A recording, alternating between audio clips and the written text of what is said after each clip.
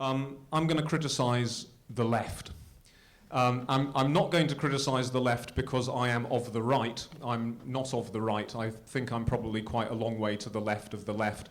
And at the moment, I can't see that much difference, or in some cases, no difference at all between the left and the right or the extreme right, unfortunately. And I must, with the proviso that, of course, there are some very noble exceptions. There are some noble individuals and publications, maybe, that have taken a much more intelligent line. But the dominant left has either been absent or it's, in effect, acted as a willing idiot, a useful idiot for Assad, Iran, and Russia. In the previous decade, we learnt this term, the war on terror. After September the 11th, the George Bush administration, Tony Blair in Britain, and lots of people lined up behind them, they started treating terrorism as if it was a thing in itself, rather than a symptom of all kinds of profound political, social, and cultural dysfunctionalities. And at the time, the left were very vocal in opposing that. They were saying, no, this isn't just about a few mad jihadists, this is about bigger problems, including European and American intervention over the decades and centuries in the Muslim world. Bush invaded Iraq, and he made a small problem much, much bigger. And now we have Obama, who came to power to do something very different, but we have Obama, who is also treating Syria and Iraq as if this is an extension of the war on terror. In Syria, his idea is to contain the problem and take out the jihadists, bomb ISIS and sometimes Nusra, and maybe if we can get a ceasefire going, work with Russia, who's committing war crimes, to take out other jihadist groups. So the war on terror continues. They're still hitting symptoms rather than causes, and this is just making the problem of terrorism much worse. Of course, things have changed in the last decade to some extent, because now we see that the war on terror is led by Russia and, surprise, surprise, Iran. Both of these states are using war on terror rhetoric. They say that the reason why they're in Syria and Iraq in Iran's case is to fight terrorism, to fight ISIS and so on. Of course, this is pure rhetoric and propaganda. What they're doing is making the problem worse. It's feeding into the jihadist narrative, and they're not hitting ISIS. I mean, 80% of Russian bombs have not hit areas which are controlled by ISIS, and when they do hit areas which are controlled by ISIS, they usually hit civilians, not ISIS itself. And worst of all, we have so much of the left actually backing up Russia and Iran and the Assad regime. So the very people who a decade ago were outraged by the war on terror are now using the same language to describe what's happening in the Middle East. Why is the left doing this? I think this exposes a problem with the global left, maybe particularly in the West, which already existed, and that's that the left has given up on the possibility of people at the grassroots changing things themselves. That's what leftism always used to be about. It was about the ordinary people, the working classes, the oppressed classes, organizing to try to change things. But it seems that nowadays nobody believes that that's possible anymore. And therefore, as a compensation, we focus on the chess game of states. We imagine that there are goody states and baddie states. So the baddie states are America and Israel and Britain and France, and the goody states are, I don't know, maybe Venezuela, Cuba, maybe Syria, maybe Iran, resistance states. And we end up in this silly kind of binarism. It almost becomes Oedipal in the West, in that, you know, I, as a radical leftist, have to prove to myself and to everybody who's watching me that I am against my daddy being the American state or the British state or the West. I am clever and big and radical because I oppose this this framework out of which I'm born. And I must admit that I too, because I'm very, very, very critical of this. I think it's absolutely unforgivable, but I too used to do that. In 2009, for example, at the time of the Green Movement in Iran, I certainly sympathized with the protesters when they were so horribly repressed, but I primarily saw this as part of the struggle between America and Iran. I saw it as as something going on between states. And of course, yeah, it had an aspect of that, but primarily what was happening in Iran to the Iranian people, what the Iranian people was doing, was about Iran. It was about the Iranians, not about the Americans. I did that because I had no experience of a real political struggle. And I still don't, because I haven't been on the ground in Syria while, apart from very, very briefly twice. I haven't been there while this has been happening. It's not me who's done it, but I'm attached to people. I know people who have been involved in this. So suddenly politics for me became real. It became about, it started to be about people, about struggles on the ground, immediate life or death issues. It was no longer about abstract romantic ideas about states. It started to be about people. This binarism is wrong in principle. I mean, it's morally wrong. When people are being oppressed, we have to respond to that and not get lost in abstractions. It's also wrong according to Marx, Marxist theory, because Karl Marx said that rather than worrying about the struggle between states, we should worry about the struggle inside states, the struggle between oppressed classes and oppressing classes inside states. That's what leftists should be doing, but that's not what they're doing at the moment. And also, of course, in this case, the analysis is totally inaccurate. The analysis goes something like this. It says that the Syrian regime, or the Syrian government, as they call it, the Syrian government is a pro-Palestine, socialist, anti-imperialist regime, which for those reasons is under threat of Western regime change. And there's no evidence to back this up whatsoever. Pro-Palestine. It's a very sad thing to say, but it's true that the Syrian regime over the decades may have killed as many or even more Palestinians than the Israelis have. Throughout the 1980s in Lebanon, the Syrian regime was slaughtering Palestinian civilians on a grand scale because they wanted to take control of politics in Lebanon and the Palestinian movement, massacres at Tel Zatar and elsewhere. And it goes on until today, when we see what's happened to Yarmouk camp, where so many people have been starved, murdered, bombed, where ISIS somehow got into the camp, even though bread couldn't get into the camp. It was impossible to get bread into the camp, but somehow ISIS managed to get in with heavy weapons. Funny.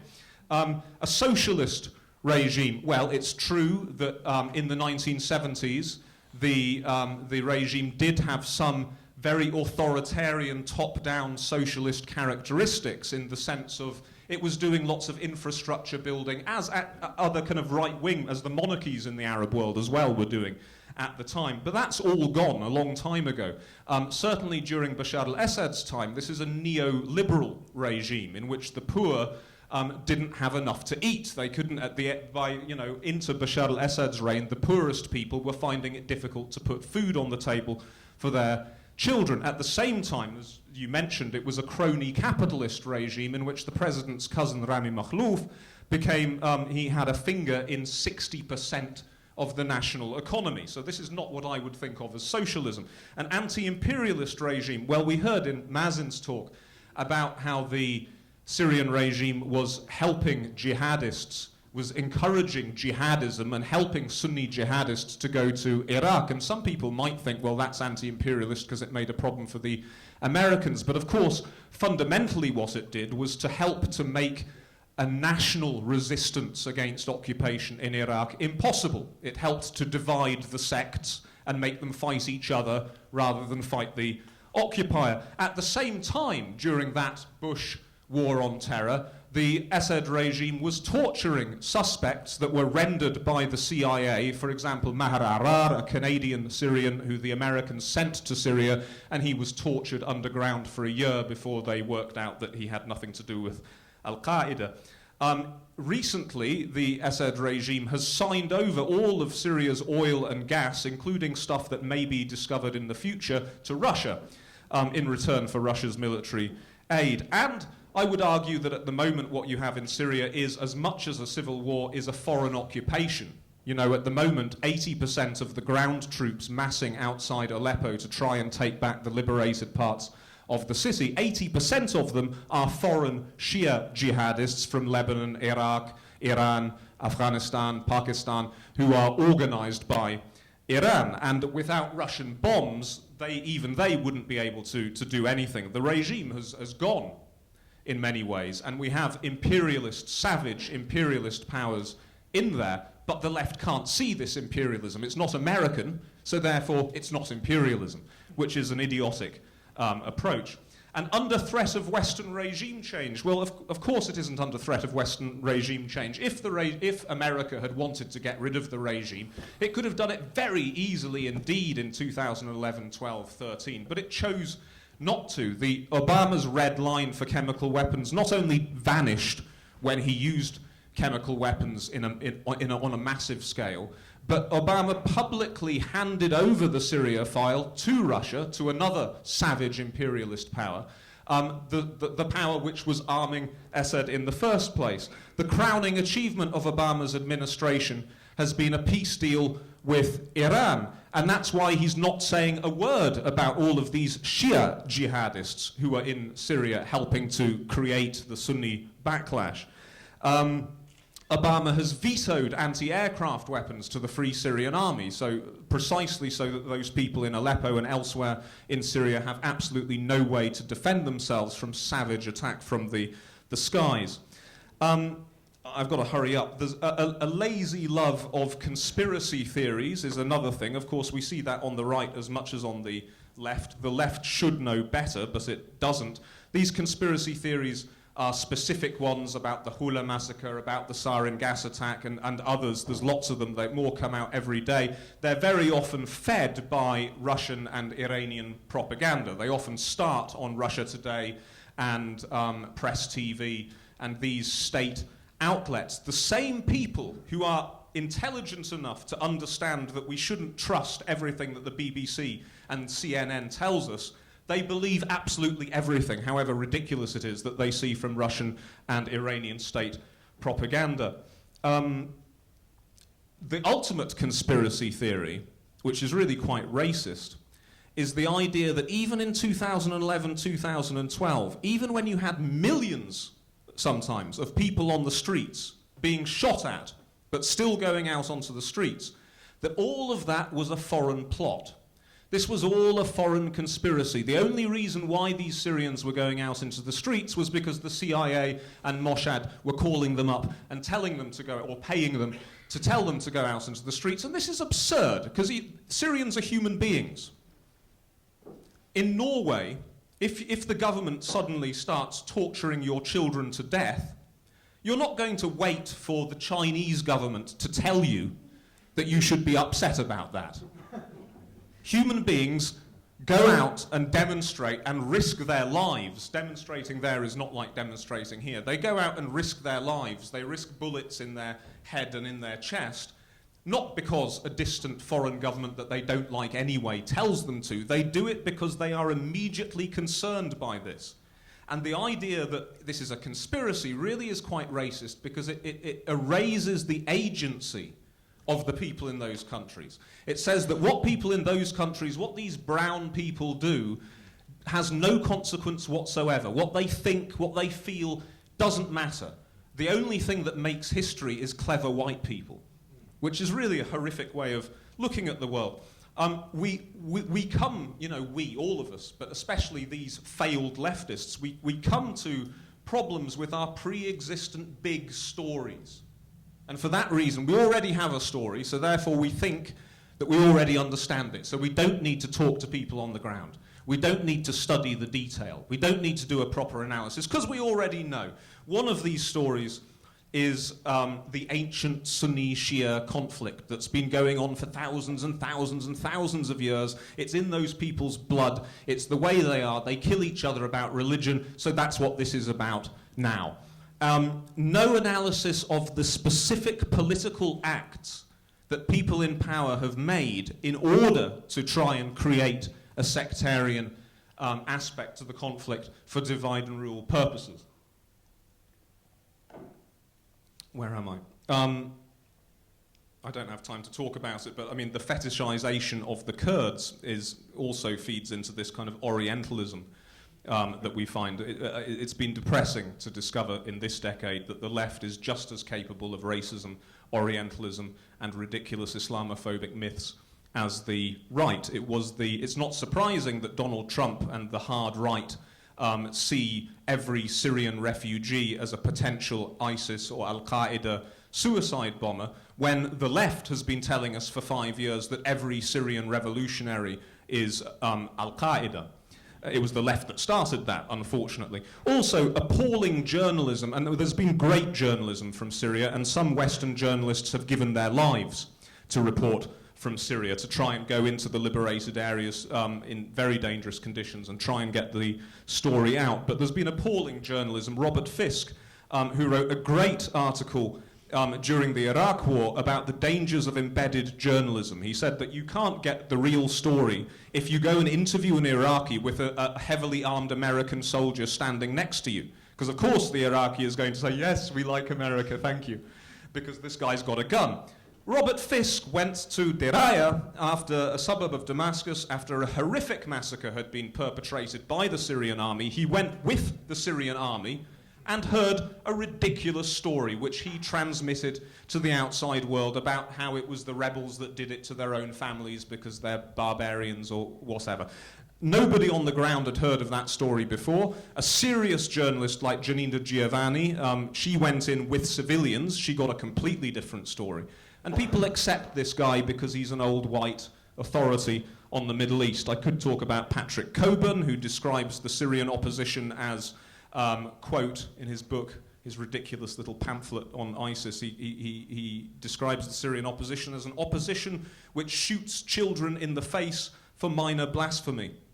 Now, that isn't the opposition, that's ISIS. ISIS have shot a child in Aleppo in the face for minor blasphemy. The Free Syrian Army have given thousands of lives fighting ISIS, but that doesn't, according to Patrick Cockburn, the Free Syrian Army doesn't exist. These commentators dressed up as journalists, these people who can't speak Arabic, who haven't been anywhere in Syria without a regime minder taking them around and introducing them to people.